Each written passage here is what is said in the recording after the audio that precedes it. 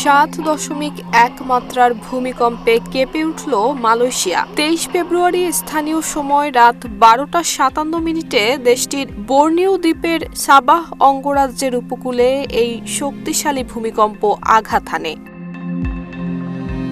মার্কিন ভূতাত্ত্বিক জরিপ সংস্থা জানিয়েছে, ভূমিকম্পটির কেন্দ্রস্থল ছিল সাবাহ অঙ্গরাজ্যের রাজধানী কোটা কিনাবালু থেকে 100 কিলোমিটারেরও কম উত্তর পূর্বে। ভূপৃষ্ঠ থেকে এর গভীরতা ছিল 619.8 কিলোমিটার। আর মনোবল হতে হয় দৃঢ়। জেরুজালেম 25 বছরের পথ চলায় নিরাপদে রাখার প্রত্যয়ে। ভূমিকম্পটির গভীরতা অনেক বেশি হওয়ায় এতে বড় ধরনের ক্ষয়ক্ষতি কিংবা হতাহতের সম্ভাবনা কম বলে জানিয়েছে সংস্থাটি। এছাড়া মার্কিন সুনামি সতর্কীকরণ কেন্দ্র কোনো ধরনের সতর্কতা জারি করেনি। তারা স্পষ্ট করেছে যে গভীর সমুদ্রতলে এই কম্পন হওয়ায় সুনামির কোনো আশঙ্কা নেই।